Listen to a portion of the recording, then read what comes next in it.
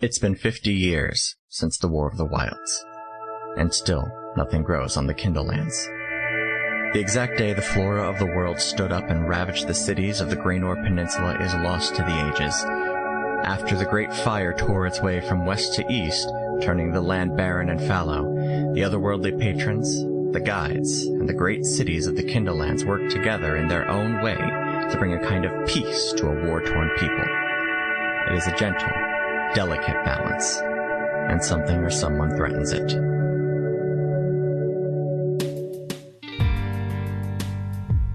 Hello, and welcome to another path. My name is Chase, and I'll be your GM. Today, the Aegis 3 meets some familiar faces. Thank you to our backers, Kat, Kim, and Zan, for their support. Please, sit back, relax, and enjoy your trip down another path. Hello.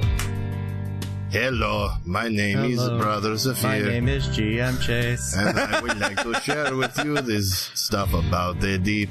I was also gonna take a Book of Mormon route, but you beat me by like half a second, Nice. and I didn't feel like I should jump on that because you and Chase said the same thing at the same time. Yeah. But just I wanted you to know that I was thinking about it I appreciate it. because I was gonna cut the brother part out and just elongate Mordecai. My name is so it'd be, Mordecai. hello. Mordecai. Yeah, exactly.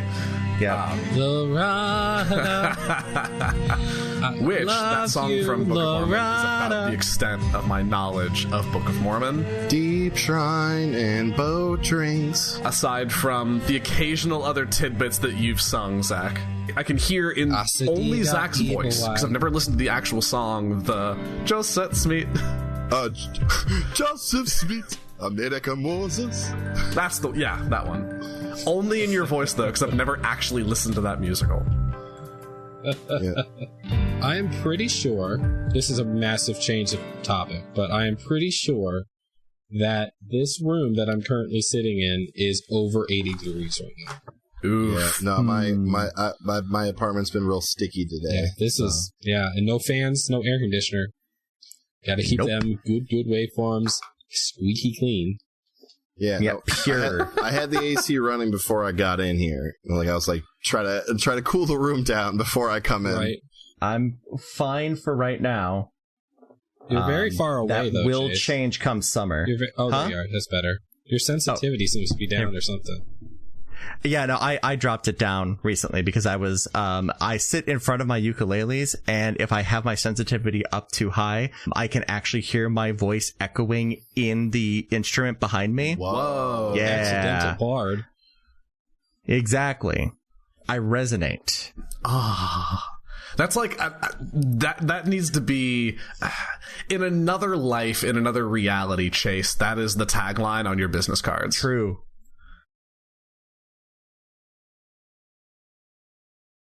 Oh, Yeah, guys, Griffin? I'm actually bringing something to the pre-show banter for What? once. Oh, weird. Good. Yes. Do you guys here's Griffin? I got you remember- this. It's part of the load. There oh you my go. God, thank you.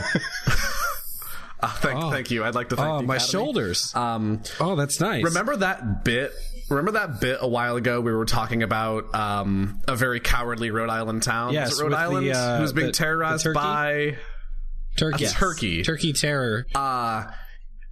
Here's the headline I stumbled upon today. Vermont town swears in goat as new mayor who immediately defecates. Mayor Goat. This newly sworn in Vermont mayor is the all caps goat, like greatest of all time. His name is Lincoln, was elected in with 13 votes. Following the swearing-in ceremony Tuesday, the Nubian goat's first act in office raised some eyebrows. Lincoln couldn't wait for a bathroom and defecated on the ground, the Burlington Free The Press goat's reported. name is Lincoln? Mayor Lincoln the goat? Mayor Lincoln T. yeah. Goat, please. Hold up! The goat narrowly beat out a dog named Sammy, a Boston Terrier who came in second with an impressive 11 votes. That's Another path. Bringing you the topical news you need to know. Guys, The pet election was set up by the town manager, Joe Gunter, who told the Herald he got the idea while reading a newspaper article about a small town in Michigan doing the same thing. What is wrong with these people? They're just trying to... Okay, so here's the question. Can a town have a mayor? Absolutely, 100%. Apparently. 100%, because I grew up in the small town, nay, village of Neapolis, Ohio, where we just all kind of assumed that my neighbor was the mayor. mostly because he was like, he didn't run the fire station. So there's a fire station, there's a post office, and there's a barber shop. There's a P's and Illis. No, there's not actually P's and Illis. P's and Illis is out of town. We had to drive to another town to go run the pizza shop. But the nice. This guy was the volunteer firefighter / volunteer EMT guy, but he also owned like half the village. It was very Animal Crossing, actually. Now that I'm thinking about it, it was very Animal Crossing. And I don't think Animal Crossing actually votes on the mayorship. We all just kind of assume. No. It just kind of happens. Just that turtle's been around for a while, so he gets it. Mayors in small towns and villages, totally a thing. Totally a thing. Even if it's not, actually an election. A wrinkle in that, apparently the town of Fairhaven does not have a mayor, but the town manager viewed the exercise as a productive way to raise money for a new playground and to teach kids about getting involved in local politics. So there's not a mayor, but there's a town manager? There's a town That's what I'm reading. So no Mayor Gunderson, but absolutely a... Fuck! I just lost my really good park. That's okay. Fuck! It's okay. He's the T. He is. I will segue out of it. Chris Tager. There it is. Oh, okay, got it. I saved it all the way back. I will segue out of it with the very disturbing headline in the sidebar: Beekeeper shoves fistful of bees in his mouth to collect honey. I am not going to click on this because Griffin hates bees, and instead I'm going to divert the attention back to the podcast. I don't know enough about bees to know that that's false. But I need to believe in my heart of hearts that that's false. Otherwise, I'm going to have a conniption right here live. Otherwise, what are we doing here? What are we even doing here?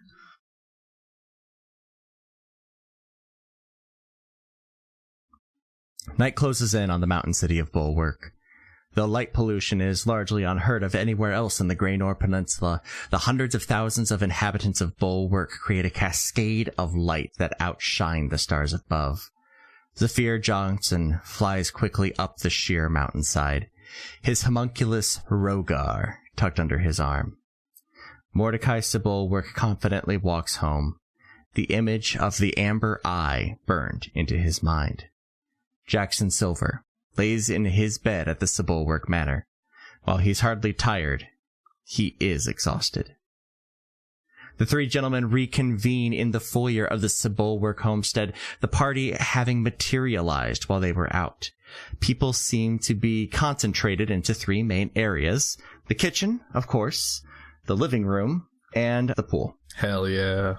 What do you all do? I come on downstairs. Once I hear the party starting to get full swing, I go, well, I guess I'm not sleeping or napping or trancing or waiting or... God, this sucks. All right, time to... And I do the hand in front of the face thing from Princess Diaries, and I go, eh? Yeah. Ooh. Eh? Hey. Oh. All right, time to be happy, and the world is great. Zephyr walks in the door and sees you two. He's like, hello, Hey, Zephyr. Oh, my God, what is that? Yeah, a little dude pokes his head over my shoulder, and it's just like... Oh, you've got one, too. That's nice. Does it have a name? Yes. What? Hey, this is Rogar, and he walks down my arm and is sort of like perched on my forearm. Hold on a second. Hey. I want to go get Gary, mostly because I want our DM to do both. Yeah, boss. Holy shit! Right? Oh wait, I can't hear Gary. Gary, this is our new friend Rogar. Sup? Rogar, this is Gary. Did they speak each other's language or whatever? Rogar doesn't. He doesn't speak. We can sort of think to each other, but man, a few words, I get it. Oh, like you can think to us. Sort of. It's a little different. Well, now I feel foolish for trying to introduce people to him. Hey, you can introduce, without having to say words, I guess. Where did he come from? Well, what college did he go to? That's a good question. Did he play any sports? Was he a model student, or was he on the wrong side of juvie? Saphir's just there, like, it starts twiddling his thumbs, waiting for you to finish. What frat was he in? That's all I got. Was he... Sigh. Was he... Here's my... All right. You ready? All right, calling my topical reference shot. Here we go. Hit it. Was he a member of the Varsity Blues? Oh my god. Bam. This is coming out. This is coming out in a month. Nobody's going to remember it, but I did it. I don't remember it now. It's all the famous people everywhere, like trying to like buy their kids' way into colleges. It's that. And the Gotcha. FBI called it Operation Varsity Blues because didn't know that somebody part. there had a sense of humor. Yeah, no, it's that's pretty good. Saphir's gone. He's at the refreshment table. He's just getting. So where did you go? Hey, Mordecai, introduce all of us to these.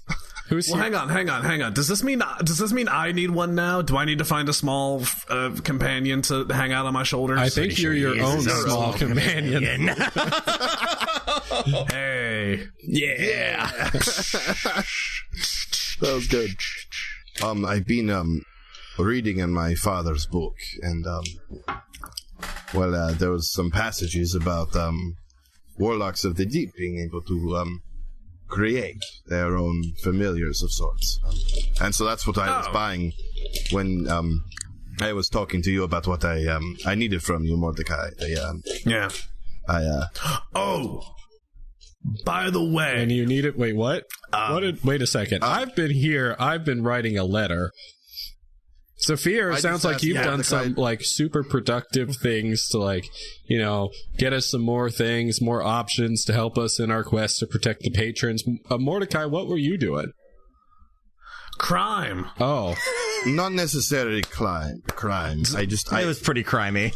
I asked Mordecai to place a message to this greenstone in a drop-off point nearby. Oh, he was doing a Johnson crime. Yes, so it's not really a crime. A JC, if you will. JC, if you will, yes. And, so, y'all remember that time we got real high? I will never forget. I pat my pocket. Like that's when we truly became a family.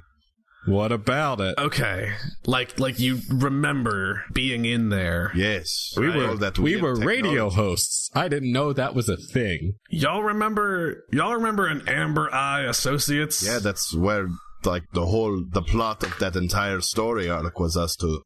Not the slightest. Why the fuck is there a storefront for an Amber Eye Associates down by the fucking docks of Bulwark? What the fuck? My thoughts exactly. Could somebody explain what that was? I don't remember. They were pretty much doing what I kind of do here. That was also supposed to be a hallucination. They were not real at all. At least in yet it is. Carrie. But Carrie. Wasn't that in the... Hello. What the fuck? I told you those were an offering to me in a time that I don't remember. But they don't call me the Sleeping Seer for nothing. You're gonna get some truths out of me, especially if you ask very nicely like that. I'm more confused now. Carrie? Yes? Will you please tell us what the fuck is happening? I showed you the truth of things. What more do you want from me? I hope not much, because I can't do that much. I reveal the truths of situations. I can see multiple ways of this thing going. Well, you could have told us that was the truth. Well, I didn't know that part was the truth. Okay, but what is a radio show? Oh, I could answer that. It's when It's 4 idiots sitting around microphones. it's 4 people, usually white guys. Sounded true. It hurts because it's true. Yeah. All right, so It was still, I think we were still better than, I think we were interns first, Mordecai, before we got our own radio show, and it was, I think we were having, like, the maximum amount of fun there, though. And then we got our own show eventually. That was nice. I like that place. well, I didn't. that is weird. The fuck, let us party now.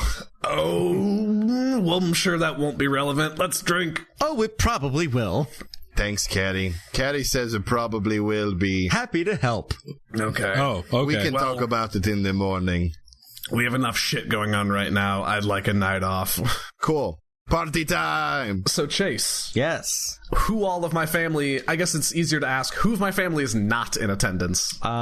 Your father is not there. Damn. Really hoping to get drunk with my dad. Fair. We were all hoping to watch it. Benjen is not there, and Rami is not there. Everyone else Benjamin is there. and Rami? Yes. So none of your said- brothers? No. So we've got Mako and Nikolai. Cool. Benjen's out, so it looks like you guys met Leth and Kella already, my oldest sisters. Benjen's still out on the wall, unfortunately. I'd really like to see him. Guys, this is Mako, my older brother. Hey. My older sister Rami isn't here, and then you've already met Kara, and then this is my youngest brother Nikolai. Hello. There's a chorus of hellos. The shifter hello. All right. Shall we right. party? Yeah, let's.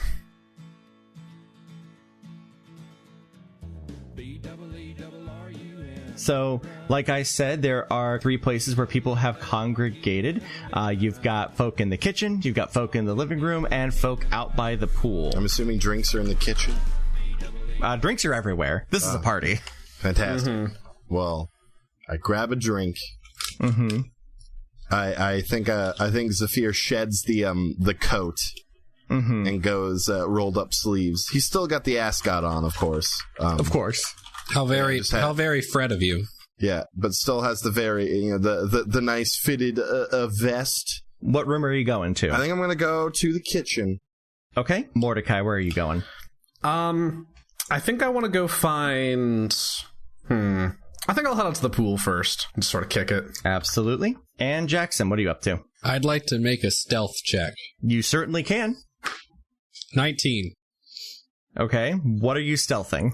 I am stealthing to Salix Civilworks' study. Are you going for the good stuff? Kind of. Okay. I'm going for the good stuff a little bit, but I'm also kind of specifically trying to keep a low profile, and I'm going to go recover the bag of psychic gems. Oh, sure. And do that, but like purposefully do it in a way that hopefully no one really notices, since we haven't actually told anybody we have this thing. Fair enough. But while I'm there, I might as well. So, with a 19, before anything else, as the 2 guys are splitting off, you hold up a fingers and just give the "I'll be right back" signal. You dip into the kitchen, grab an empty mug, dash upstairs, just kind of unseen. You're staying here, so it's pretty, you're just going up to your room. You dip into Salix's office. You're able to retrieve those psychic gems and grab a pull off of one of the kegs. Hell yeah. I come back downstairs, it's already halfway gone. It's that kind of night. Yeah, and then I'll join whoever outside of the pool. Okay. Me. You go on out to the pool. Is it warm outside? What's the temperature like? It's pretty chilly, so we'll go ahead and we're going to start with the pool then, because that is an excellent question. Even in the early days of winter, something about sitting near water evokes a primal joy within most living beings. The grotto area near the pool is well lit with magical lights, and red-hot heated metal coils dot the patio area. Fucking love my family. While nobody is swimming at this point, the weather, now it being nighttime, is well below the point where anybody would reasonably get in the water. The patio itself has been dotted with outdoor chairs that are comfortable and seated fairly close to the coils themselves. The pool has been enchanted to cause a gentle whirlpool swirling around, with different lights of different buoyancies being floated and swirled within. Hell yeah. A stern half-elf in military grays watches the pool in fascination. Leth, Kella, Mako, and Nikolai are all gathered around a table playing a card game. And there are, of course, various tables and buckets of beverages and food scattered about. So there are... What do you do? There are more people here than just Mordecai's family. Yes. Okay. Absolutely no. There's... Yeah. I was unclear. It's because at times it sounded like it was just a family get-together, but and at times it's like, actually, no, you can win some political points here. It's a fairly small group. It looks like it is, by and large, mostly family and close friends. It looks like there are a couple of political up-and-comers that managed to snag an invite, but... Are we talking like 20 people or like 100 people? Like 30. Okay. That's not too bad. And then, I guess, then just one more point of clarification for us then. Yes. The party is being billed as a time for us to relax. It's not being billed as, hey, you need to talk to these 7 people to make sure that the king does what you want him to do. Correct. Okay. Yeah, this is a time for rest and relaxation. They are celebrating their son being home for the first time in a good while. They are celebrating the fact that while they can't really outwardly talk about it, that you all have gained some political notoriety, and they are celebrating new friendship as well. Wonderful. Thank you. Yeah. Do I recognize the half-elf dude? It's a woman, and no, you don't. Okay. So here's what I want to do. I know that Leth and Nikolai study the druidic arts. Mm-hmm. I don't think the other two do. No. What I want is a cannonball contest where mid-jump we all wild shape and see who can make the biggest splash. That is vis-a-vis wild shapes. I can picture that real well. That's why I wanted to do it. Okay. Let's call it a spell attack contest. Yeah, all right. For the speed of it, because I imagine, with the possible exception of Nikolai, you can all probably hit about the same level of creature that is safe to have in a pool. Sure. Because Leth does give you the look of, I'm a turn into a whale. And she's a far better druid than me. Yes, but then she looks at the pool and then decides better of it. So I'm going to go ahead and first roll for Leth. Mm-hmm. Okay. She clasps her hands together, kind of shakes off her back a bit, and goes running, jumps into the air, does a nice swan dive, and then she does start to wild shape into a bear, but she is not a Circle of the Moon druid. She is apparently she is a Circle of the Shepherd, and she does turn into a bear. Like, a bear is what climbs out of the pool. Yeah. But the splash was not a bear splash. All right. Golf clap. Well done. For records, that was an 11 that she rolled. Okay. I'm going to go ahead and roll my spell attack. Okay. That's a natural 11, so a 16 total. 16. And I'll wild shape. I will, in traditional form, wild shape into a brown bear mid-jump. Of course. The family sigil. Yes. You take that running jump off the top of the grotto, and you spread eagle out and then shift into the big old brown bear. Hit the water with a fantastic splash. There are some soggy golf claps all around. That half-elf, now slightly drenched, takes a solid step back away from the pool, but does continue to watch with almost amusement on her face. Nikolai, when we get to it as this goes on, I will walk over to her with a couple of towels. Fair enough. And no, I've rolled an 18. He had a +1. Nikolai, damn it. Nikolai looks to the left, looks to the right, and takes a running jump. And he also is not Circle of the Moon, but he knows you are now. So he starts his transformation well in advance of the actual diving leap. His claws dig into the cliffside itself, and he throws himself off and does a fantastic furry cannonball. Skaboosh, indeed. Drenching you and your sister in your human form now, so you're actually wet.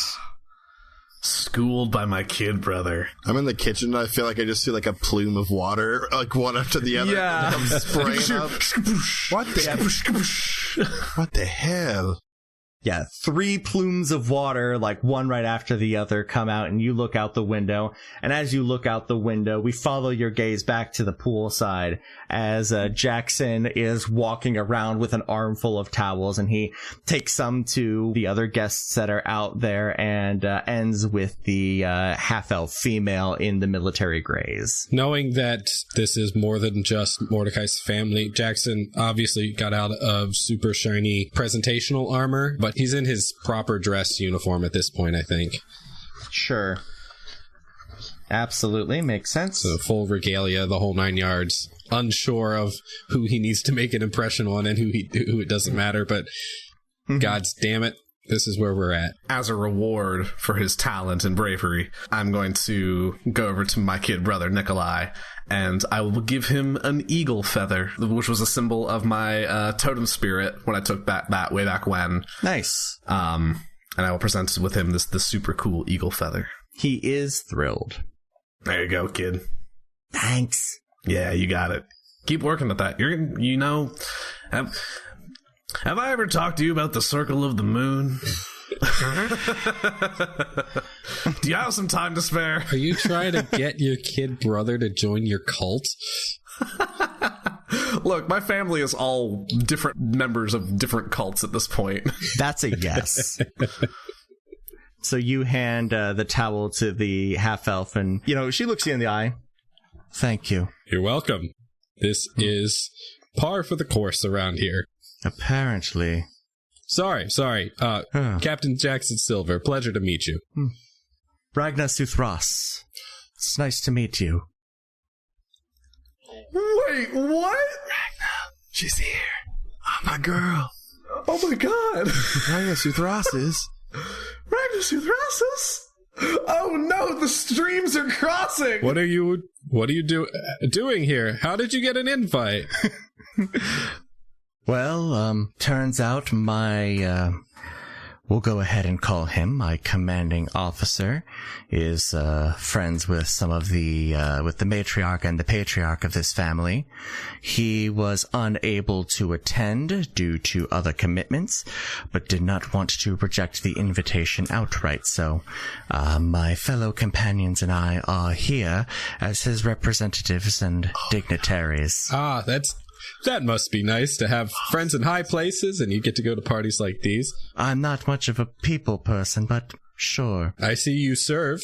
I did, and do, in fact, and you as well, Captain. Yes, some time on the wall and now some time doing what needs doing. What needs doing? That is what we're all called here for, isn't it? And as she says that, she is thumbing a small pendant bearing a single eye. Mordecai weirdly just gets out of the pool, goes straight into the house, and tears the whole place upside down looking for a half-orc woman. He has no idea why, but there's a voice in the back of his head that's telling him to do it. It's like, Mordecai, come find me. How do you do my voice better than I do? Look, I have a talent. Give me a fucking minute. I'm gonna get to it. Oh my god, no. No. Because Zephyr went into the kitchen. Jeez. And anyone can tell you that the real party is always in the kitchen. That's why Zephyr went there. So Zephyr heads there. I can't have a cannonball contest in the kitchen, I'm sorry. Not with that attitude. A delicious array of food is spread out on the kitchen island. Leia is standing at the head of the island, and she is cutting up some fruit from the garden. An aging elf, having just entered from the side door that the three of you entered in originally, they are unloading a basket of churros onto the island as well, joining the rest of the food. Yes. Looking like she's enjoying the food, but fairly bored with the proceedings, is a half-orc woman in full military dress grays, having a very, very animated conversation with Leia that she is barely paying attention to. Zephyr is gonna walk up to the table, grab some munchies. I think Rogar, is just sort of splayed out on his head, and, Rogar's wings are just kind of draped down like a weird wig. Mm-hmm. Zephyr's just picking at food, kind of listening into what Leia's saying. Mm-hmm. Yeah, Leia is just kind of nodding along. You hear the half-orc woman telling her about this very fantastical battle that she had with some of her companions, where she was able to, with their assistance, fell a Cyclops as well as 3 other terrible people. Oh shit, the Cyclops, seriously? Absolutely, darling. How did you manage to do that? With gusto. Oh Bilga is my name. That is the only way I do anything. Bilga, hello, I am Zephyr. It's very good to meet you. I'll put my hand out. Everyone does my character's voice better than me. 'Tis nice to meet you, Zephyr. Yes, I am Bilga of the, as we have been known recently, Birds of Prey. Have I heard of the Birds of Prey? I don't know. Have you listened to those episodes? Ho ho! Oh! Yes, I've listened to them many, many times. That shit's mad canon now. All right, so, okay, hold on. For those of you at home that decided to skip those other episodes, Bob, I'm talking to you. Bob?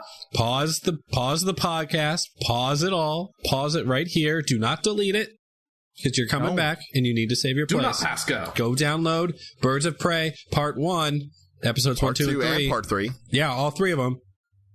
All 3 of them, right now.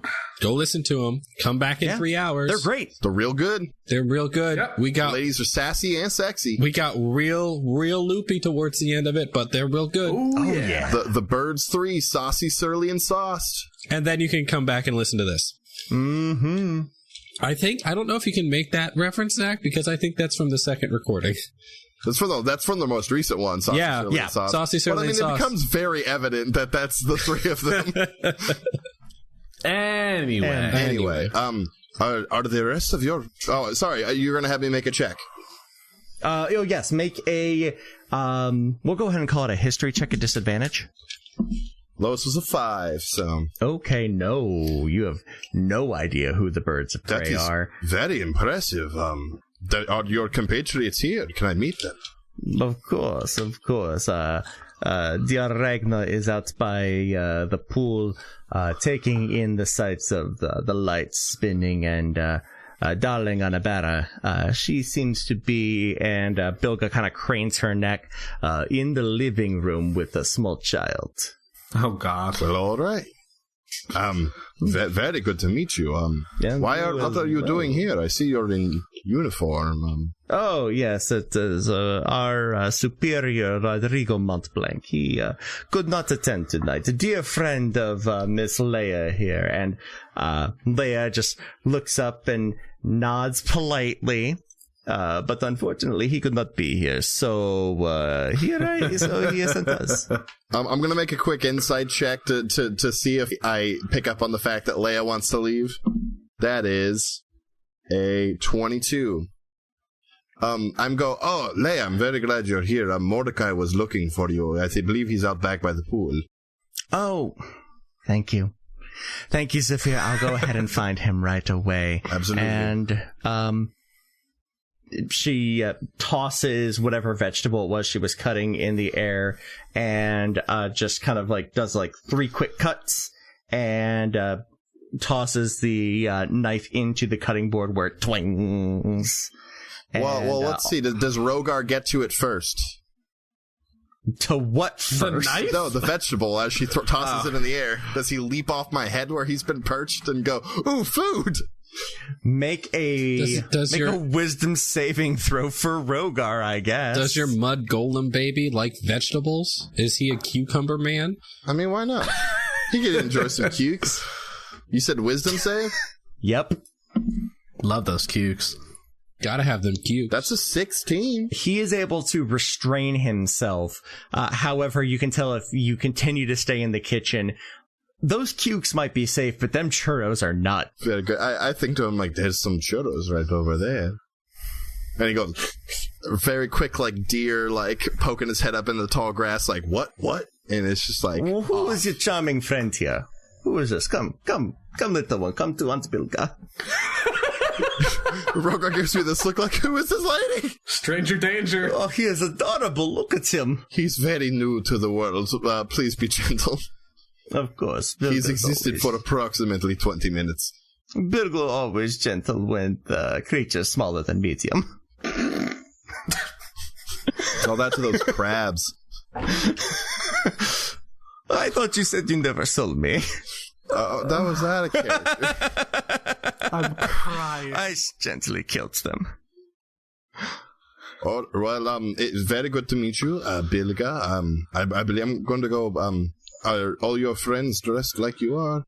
Oh, yes, we all have the millet. Though I believe there's a few, I mean, we are the only women dressed in the dress case. There's a few grumpy folks around here that are not. Well, it is a party, so feel free to, like, I show the fact that, like, you know, I was very dressed, and that I've dressed down a bit, to, let loose a little. You're among the fun people now. And I pull my mandolin from my back and start plucking as I head into the living room. All right. Are you trying to hit on Bilga? No, like, I was just because I'm assuming, like, they're all, like, full, like, dress, like, all the way up. I mean, how she interprets it is up to her. How does she interpret it, there, Griffin? Do you want me to make a charisma check and see? Nah, I think... How about this? I have Bilga's sheet in front of me. Hey, Griffin, why don't you go ahead and roll an insight check? It's a nat 17. Okay, that's pretty good then. So probably, she's probably on the up and up that he is not trying to hit on her. I think Bilga wants him to, though. He's charming, he's magical. I'll give her a wink on my way out. As I like pull the mandolin comes off the back and I give like a ding ding wink. This is getting and weird. I leave. That was round 1 of party stuff done. What would you all like to do now? I'm heading to the living room. I want to talk to these 3 ladies. Absolutely. I would like to excuse myself briefly, and also go to my dad's study. Okay. But for a different reason. Okay. And Jackson, what would you like to do? I'll go wherever the party seems to be congregating. So the living room, it sounds like? Yep. That's where the most people are. You hear Zephyr plucking on... I feel like you hear music, you go, oh, Zephyr's here. That's where the party is. I head there. Maybe I can meet some interesting people. Both of you go to the living room. Nothing beats pure comfort, and the Sebulwark compound has it in spades. The living room is a plush affair. Rather than couches set on the floor, they are laid within. A ramp makes for an easy entrance to the lower level, but most people just hop from the raised floor to the seat of their choice. Young Kara sits with a female dwarf who is seated on top of the couch like it's the lip of the pool. She listens politely as the small child prattles on and is sipping her ale. A grim-looking halfling nurses a glass of water. He, like the female dwarf, is wearing full military grays. In addition to that, you see that Mako and Leth have moved from the pool into the living room and are engaging in an arm wrestling competition. All right, so what will the 2 of you do in the living room? I go to Kara and I'm like, hey Kara, I do have someone I would like you to meet. And Rogar like pops up and is like on my head. He's like, She gets to meet all the small friends. she is not unsettled by the tiny creature. A new baby! Give me the baby, give me the baby, give me the baby. Okay, let's be very gentle. This is Rogar. Baby. Rogar. Oh my He goes, God. turns his head to the side. Mm-hmm. Oh, it's a fun little friend you got there.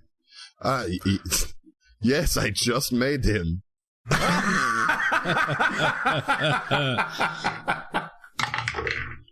God Fucking shit. Oh, that's true. good. That's very good, though. My voice. I have rolled a 14 at advantage of, is this the weirdest shit she's heard of today? So the answer is no. Like, good for you then. Name's Annabella. What? Hello? Are you one of these birds I've heard of? Ah, you've heard of us. Excellent. Yes, I was speaking with the Bilga in the other. Oh, yes. Uh-huh. Be careful now. She's got the... Just be careful with her. I'm going to nod and act like I know what that means. But I hear that you took down a Cyclops. Is there a story behind that? Because I would very much enjoy hearing it. All right, well, I suppose you could listen to it on the Three Birds of Prey episode if you really wanted to, but the long and short of it was, we got falsely accused of crimes we didn't commit, and so we had the chance to prove ourselves in trial by combat. Seems a little archaic that we still do it, but there we were, and there we did, and there we won. So I guess it works. Damn. For myself!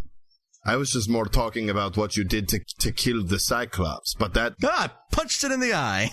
There we go. That is the fucking story. Oops, sorry, kiddo. It's okay. Cursing's like pants. You cannot wear pants in the house, and that's okay. You can curse in the house, and that's okay. You just can't do it in polite company. Well, very good. You keep that rule. I fucking love my kid sister. Chase, you play my character's family so well. I'm glad. It's very good to meet you as well, Onbet. I believe there's another one of you that I have yet to meet. Oh yeah, there's Ragnar. She's probably outside meditating or something like that. She's not much for people, but she's all right. Well, all right, very good. So you were sent here by your commanding officer to. Mm-hmm. Yeah, we attained a level of fame that is uncommon for those in the trial by combat. Apparently, we know how to put on the show. So here we are. Now I would like, if you do another show, I would love to go. My goodness. I hope we don't do another one soon. Last one we did was because we were falsely accused of stealing provisions. I don't like being accused of crimes I don't commit there, Dragonbone. I didn't get your name, I'm sorry. Oh, Zephyr, hello. Wasn't so much saying I hope you get accused of a crime, more if you decide to go to like some sort of gladiator event, or... We talked about it. Maybe. We'll see. Or you're going to an open mic night at a coffee house that you just let me know. Love to hear your slam poetry. I was gonna make a slam poetry goof. Go ahead. There's room. Come play in this space with me, Griffin. Which of the three birds did you picture doing slam poetry? All of them, and it's every third word. I was hoping... I mean, I suppose I could do the slam poetry. I'm more of a monk, so I guess I'd be more of a flurry of yo's at that point. Jesus. See, I feel like it would be Ragnar. I was gonna say Ragnar. I feel like Ragnar would walk up, be like, hello, and then give some like really empowered, like very passionate poem, and then be like, thanks. Bye. I'm out of here. And Jackson, what are you doing? I'm gonna go talk to the... Did you say there was a halfling in the room that was also in military grays? Yes. Okay, I'll go talk to the halfling. I will go walk up to the halfling and introduce myself. Hello there. I'm making the rounds because it's important. Hi, I'm Captain Jackson Silver. Nice to meet you. General Fletcher. Pleasure.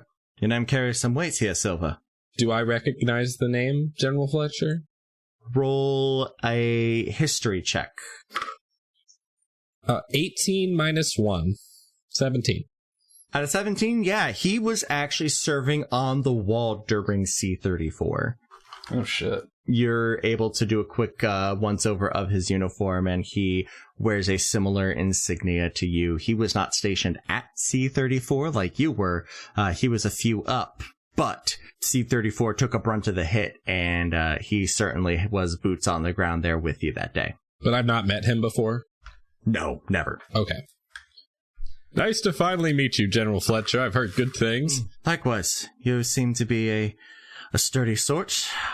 Always handy. I try. Although I've heard different things about you, but I suppose there are things in the chain of command that always fall through. You can say that again. Hmm.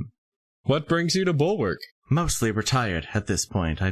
I still do some work consulting, planning statistics, but I don't serve anymore on the wall. I spent most of my life out there. My final years I'm going to spend here. It takes a lot out of you. There's so much more here to the Kindlelands than just the wall. It's good to remember that from time to time. It is. I lived my life for my country, and now my country is doing its best to take care of me. Well, that's good. I'm glad to hear that. I've recently become concerned about the retirement age, so I'm glad to hear one still exists. It is all relative, but I imagine you'll be just fine. Just gotta get there first, one day at a time. That's all we can do. All you can do. Pleasure to meet you, General. Likewise. Mordecai, what are you doing? This might not necessarily be in his study, but I imagine Dad's the type to have a family weapon or something of the sort. I'm picturing a rapier, like a long sort of basket-hilted rapier, kind of hearkening back to From Beyond the Wall.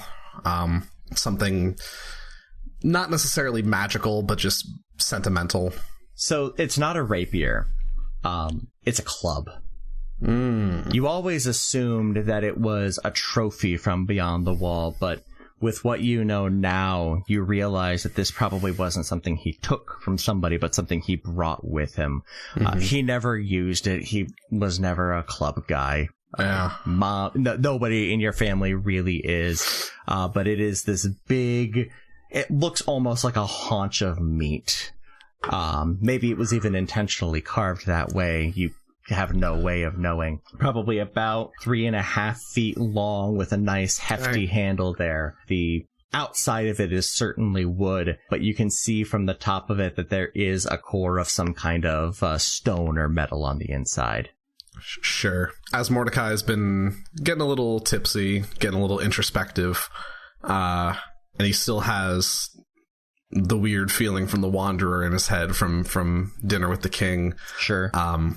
He wanted to touch base with the general, and Mordecai will take this weapon off where it hangs on the wall, and just finding what space he can where he's not gonna, knock anything over, will just sort of practice, just go through some stances and some drills, even just old military routines, and just use that time to sort of commune with the general. And also, I think the general would appreciate that, seeing as the general was connected to my father. Mordecai's put a lot of effort into his relationship with the Wanderer, and feels the need to do so equally with the general. You remove the club from the wall, and it is well balanced but wildly unfamiliar. You try to take it in one hand, and it's just that dog don't hunt. You take it in two. And you do a couple of steps that your father taught you with this very club when you were far too small to hold it.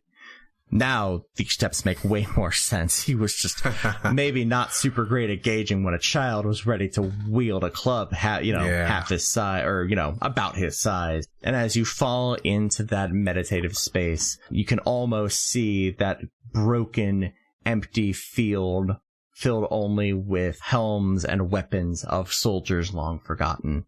And at the height of that field, you see this massive demon standing with the ever-changing standard. You come here. Not what I expected, but I'm here for it. You should expect it. This is where you found me. This is my home, just as beyond there is my brother's. And you look into the sky and you see where the moon originally hung when you got him, a single road leading up to the forever nodding and winding roads of the Wanderer's Nexus. It's curious, I only ever visited the Nexus in my dreams. What do you think you're doing right now? Practicing. Allowing your body to work while your mind does other work. That's a dream. Yeah. Working at repairing itself while it works out the stresses of the day. This is perhaps superliminal, but it's here. I wanted to ask you. You were there for dinner? I was. Did we dine with an enemy or an ally? Or somewhere in between? And he looks at you very seriously. I cannot say anything ill against the king. I'm starting to pick up on something between you and the Wanderer. What did you guys do? Something happened. I know you can't say anything. I know. But I know that something happened that swore the two of you to secrecy. He made some sort of deal. Do I have anything I need to worry about in getting in bed with him?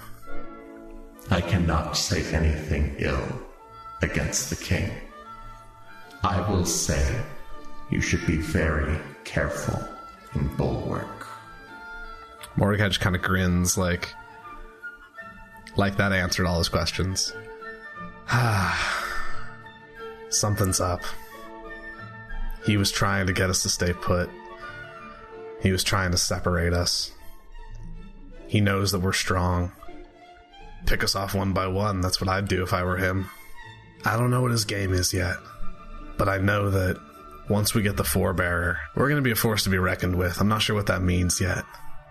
I'm not sure how that force is going to be applied. You are already a force to be reckoned with. Mordecai Sablework. Thanks. Whew. We almost share this. You are a weapon that I wield, but at the same time I feel like I am a weapon that you wield. I would trust that you would not wield this weapon in a way that is uncouth, and I would hope that you would stay my hand if I were to do something foolish. Or if I must. I'll take that. Those can be different things. I am all about a foolhardy charge. My brother would tell you the same. It's true! Echoing down from the moon. Mordecai, overcome by this, will go into a fucking full salute. Like, just heels click, rigid back, just bam. The general the way his father taught him. The exact opposite, just the laziest, 4 fingers to his head salute, and with that you see everything fade around you. We have entered into the third and latest part of the night. If you would like to go to bed now, you will have more time to do things in the morning. If you would like to stay around and stay up and see who is still at the party and see what you could be doing, that is also an option as well. But you will not have as much time in the morning. Which would you prefer? Mordecai, what are you doing? Mordecai needs to get drunk with his older sister. Absolutely. In lieu of Benjen not being here. In one of those late conversations when everyone's happily drunk and tired, Mordecai would just start talking about K-Root with his family. Like my sister said earlier, it's been a long time since so much of the family's been together. Mm-hmm. And it's been, a couple years, but it's still worth talking about. Zafir, what are you doing? I think Zafir is still sort of in the living room and is playing some music, regaling those sitting around with the tale of them tracking down the necromancer Robbie Graves and stopping a bank robbery. Our first adventure. But not going into tales of the confidential, redacted journeys that we've been on as of late. Heavily redacted. Redacted AF, as the children say. Oh, the Aegis 3 we're out to. Redacted. And fighting forces, redacted, with their great allies, redacted and redacted. Against those horrors, redacted. And Jackson, what are you doing? Jackson is going to excuse himself and say his good nights and goodbyes and not go to bed. He's going to go upstairs and find the library. Mm-hmm. Because he knows he's not sleeping tonight. Nope. So he's going to go find the library, see if he can find a couple of books that are interesting but not too wordy. Sure. Just kind of find a comfortable chair. Probably, I imagine he's in Salix's study. He ends up and finds like a chair and a fireplace and just kind of settles in for another long night. You get back into the study right away, and with years of training, starting a fire is no problem for you. You pull a big, comfortable, easy chair to the side, and you try and find something to read. You're not feeling in the mood for one of the books of the guides. Those can be wordy and dry at times, lots of begets and begots. You don't need that tonight. You need something a little bit more mellow. You find a series of books, probably a couple of years back, the Arachnic Chronicles. Son of a bitch. Clearly meant for kids, but, adults can probably find some enjoyment in them as well. And you weren't much of a reader when they came out, so, probably, you're a child at heart. Oh, my God. I pulled the first one down and curl up in the chair, and I go over the cover, and it's, the Arachnic Chronicles, written by one Anthony DeLizard.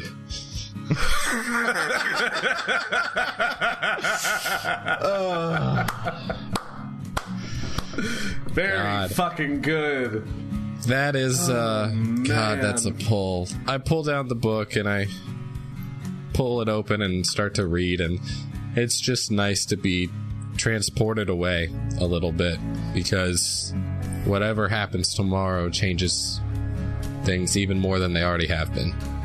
As I read about this fantasy world and all of these different creatures and plants, and I kind of, as I go, I kind of read it out loud a little bit, like I'm reading it to Gaia a little bit, and we can talk about, if these plants make any sense, or how can a creature be that small? That doesn't make any sense. There's no way that's real. God. And that's how and then over the course of the next several hours, I think I make my way through the first full book overnight, and I grab the second one and pack it away, alternating between reading and waiting. Mordecai, you are sitting in the kitchen, and over the course of the next couple hours, your family members trickle in and out. Kara is there first, and you kind of pop quiz her about her brother, who she barely got to meet before he was taken from this world. It doesn't take long for her to just pass out on the island. Leia ends up taking her up to bed and does not come back down. Okay. Leth and Kella join you next, and they have a bit more to say. Being older than either of the two of you, they knew K-Root his entire life. Mm-hmm. And that is a grim sadness that they still bear, clearly. Killa continues to fidget with something the entire time she's talking with you, just very clearly putting on a happy face, but not taking whatever it is out of her hands. Eventually, they drift off to bed, and you are left with Mako and Nikolai. Nikolai, who is keeping it together. Little bear boy's a champ right now. He's so sleepy. Yeah. He's just the most tired little boy, but he wants to be here to listen to stories about his big brother by his big brothers. Yeah. He's gonna make it. He's gonna make it to midnight. Gosh darn it! At midnight, it'll be tomorrow. Yeah. I tell Nikolai about the one sort of game, the little capture the flag game we played when we were younger, when I was younger and still around, was something that K-Root came up with, hiding spots around the house and all those things, and helping Dad range out beyond the city and everything like that. before you yourself drift off to bed at far too late in the morning, you let an elderly elf back in. He is the baker, who you actually used to know fairly well. Your churro baker from down the street.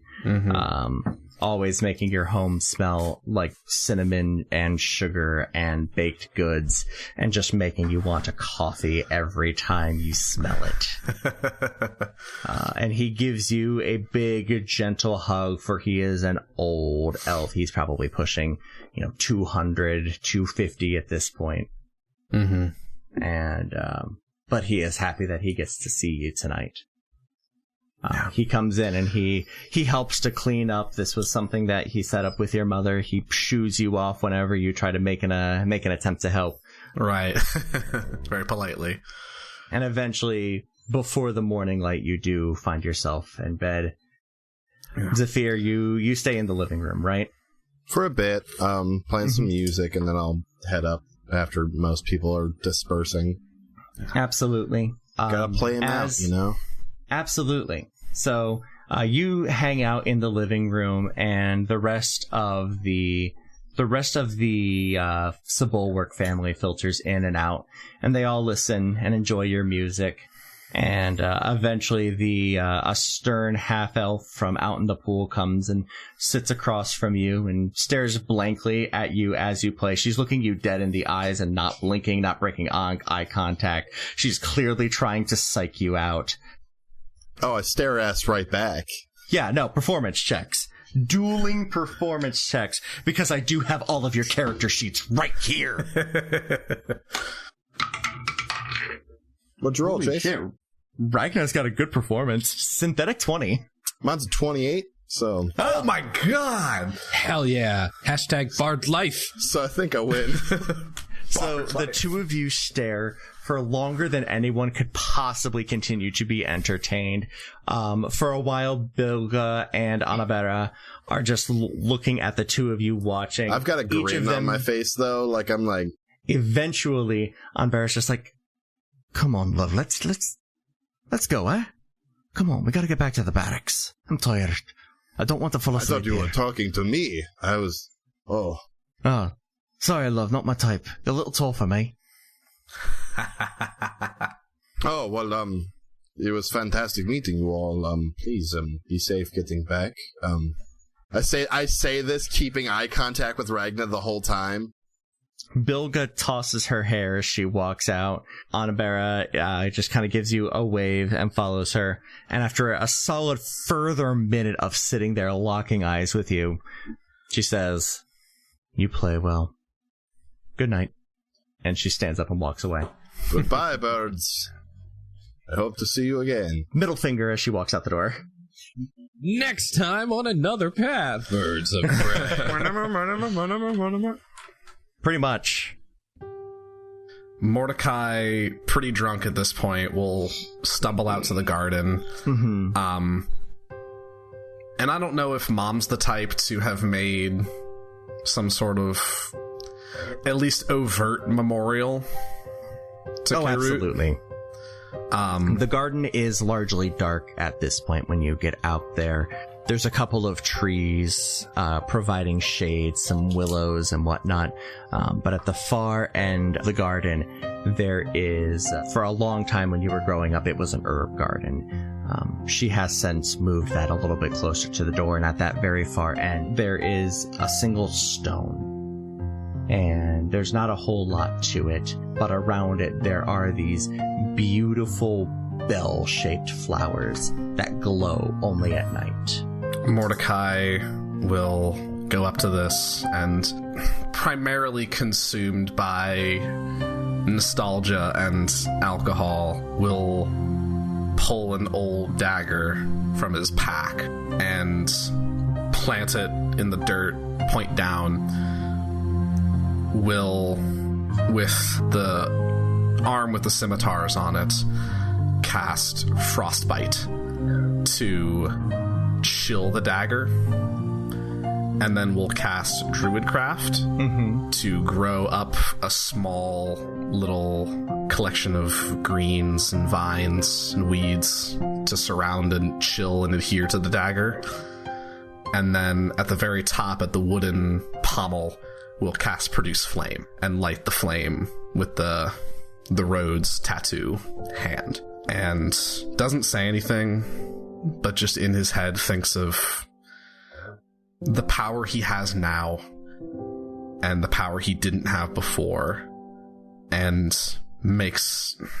It's not exactly an oath of vengeance, because that's not his flavor, but it's just sort of a pact, an oath, something to make sure this doesn't happen again, keep his family safe, make at the very least make at large the people who did this pay in some way, whatever that means. And I think, frankly, Mordecai passes out in the garden. Oh, absolutely. You do that. Between watching the dancing flames at the hilt of the pommel and the star chimes drifting in the breeze behind them, you fall asleep and will wake up in the morning grumpy and uncomfortable on the stone mound marker of your brother's body, who couldn't make it all the way home. I think Zephyr's going to get up a little earlier. And like when people come downstairs, he's like at like a table with like his dad's book open and is like really closely like examining Rogar, you know, like extending his wings out and like.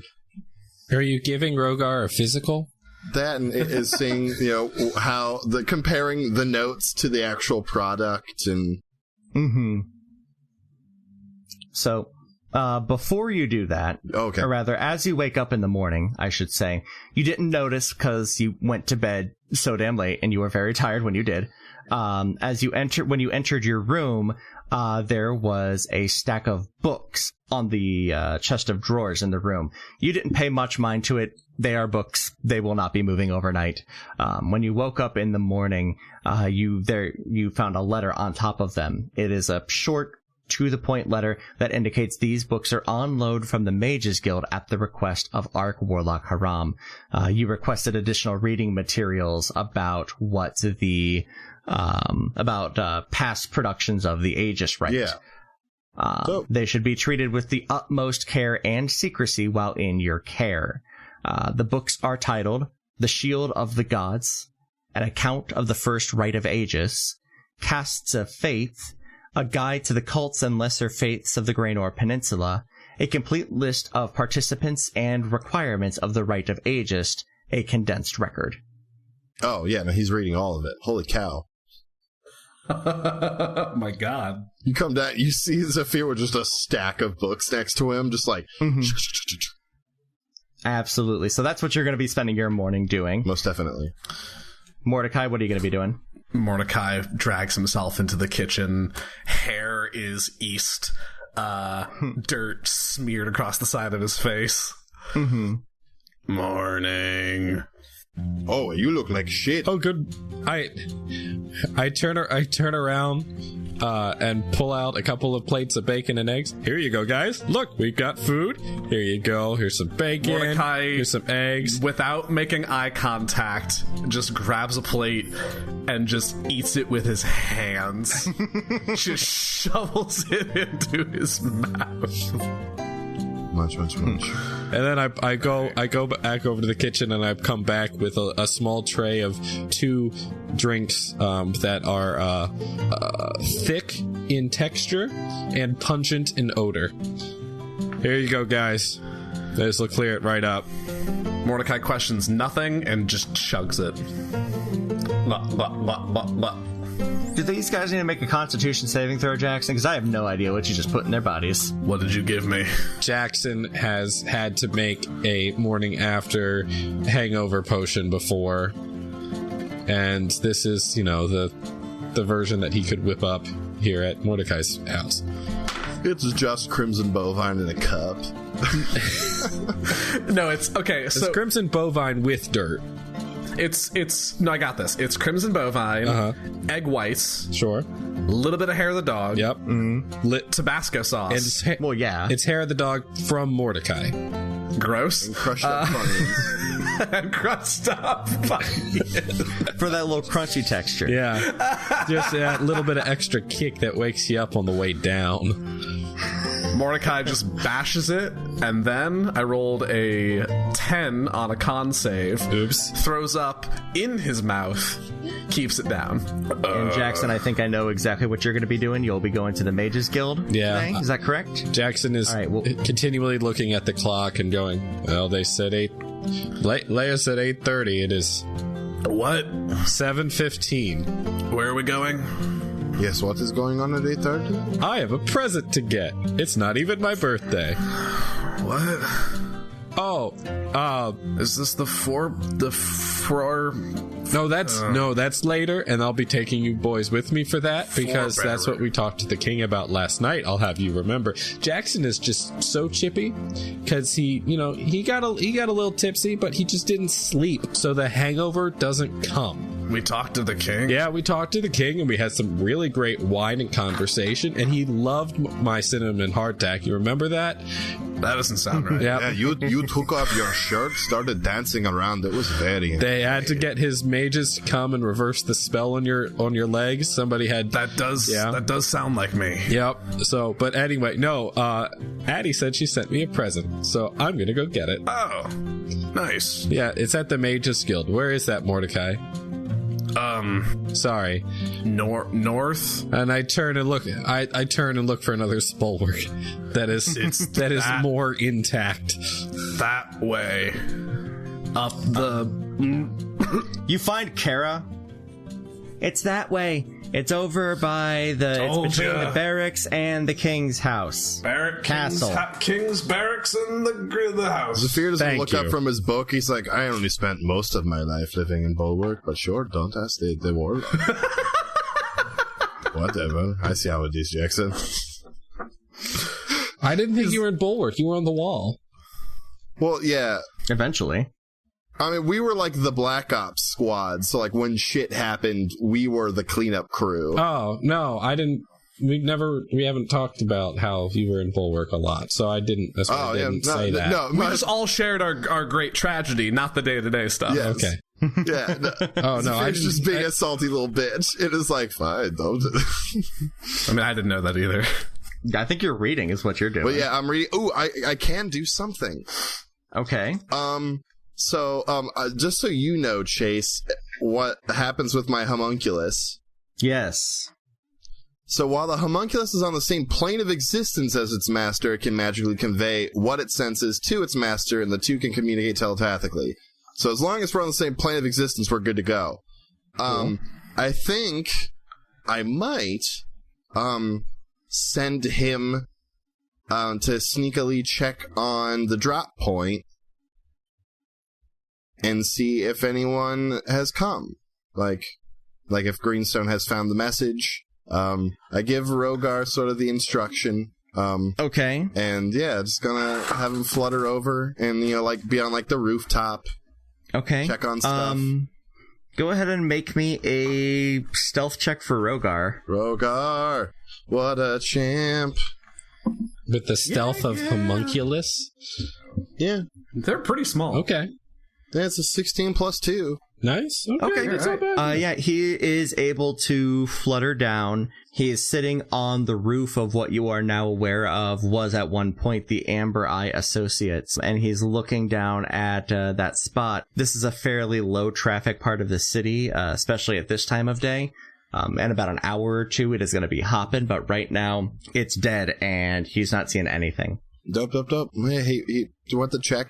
And so, yeah, Zafir just kind of sporadically will, like, tune in to the feed. Absolutely. See what's happening. And yeah, just reads the day away.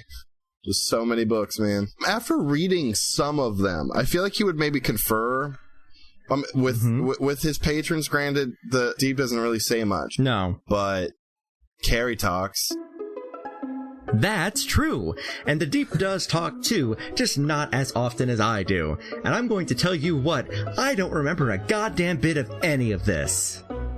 So nothing about the last time the Rite of Aegis was invoked, or? No, my memory gets very foggy as of about 10 years ago.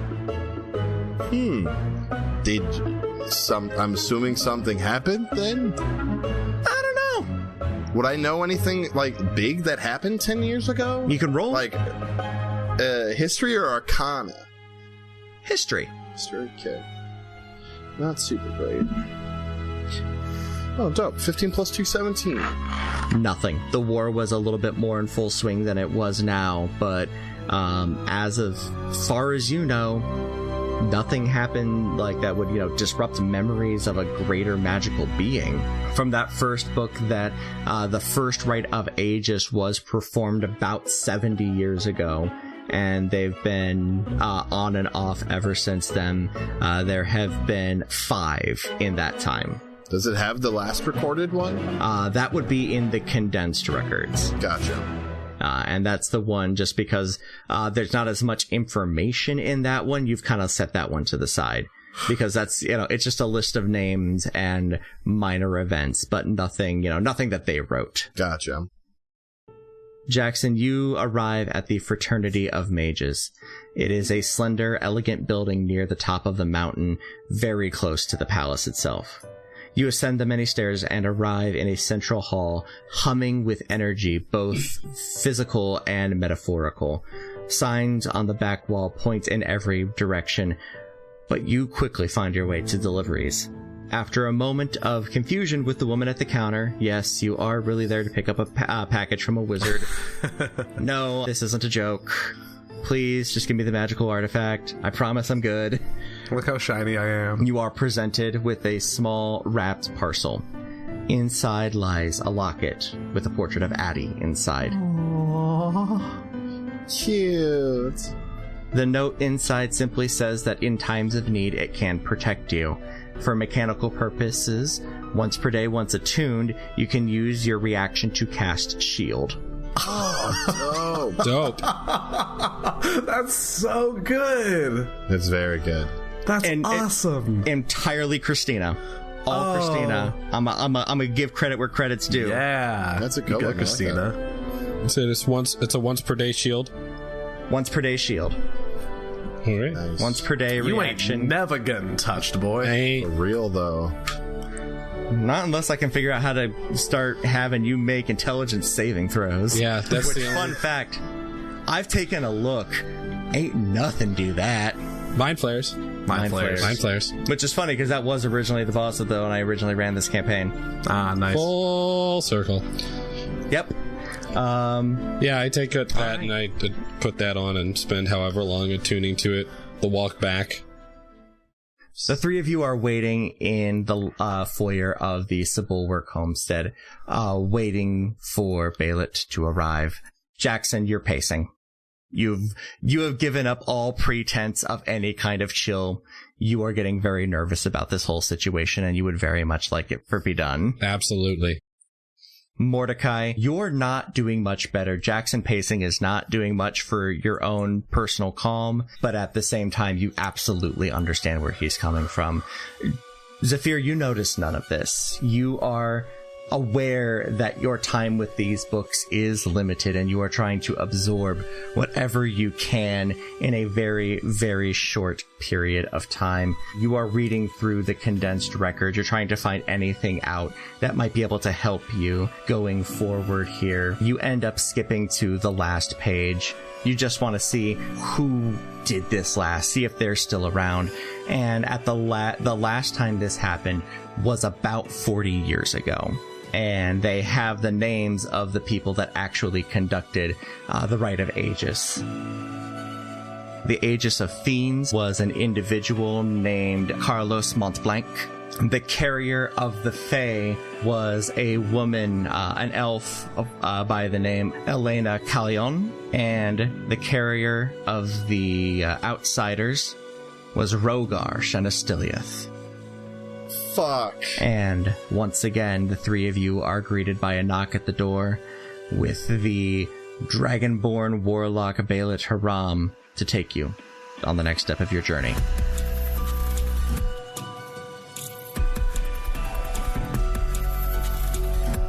Thank you for joining us here on Another Path. You can find our website and merch store at anotherpathpodcast.com, on Twitter at anotherpathpod, and on Facebook at facebook.com/anotherpathpodcast. You can support our efforts by donating at patreon.com/anotherspath. A special thanks to our donor, Nathan N., or by giving us a rating and review over on Apple Podcasts or on whatever podcatcher will let you. Also, be sure to check out our sister show, Zach and Griffin's Multiversal Pet Shop, over at petshopcast.com. You can find me on Twitter at TQLoudly, Ryan at Ryan_Albrecht, Griffin at Griffcool, and Zach at That Guy Zach Rob. We'll be back in 2 weeks with a new episode, and remember that it's not the size of the bear that counts, but the timing of it.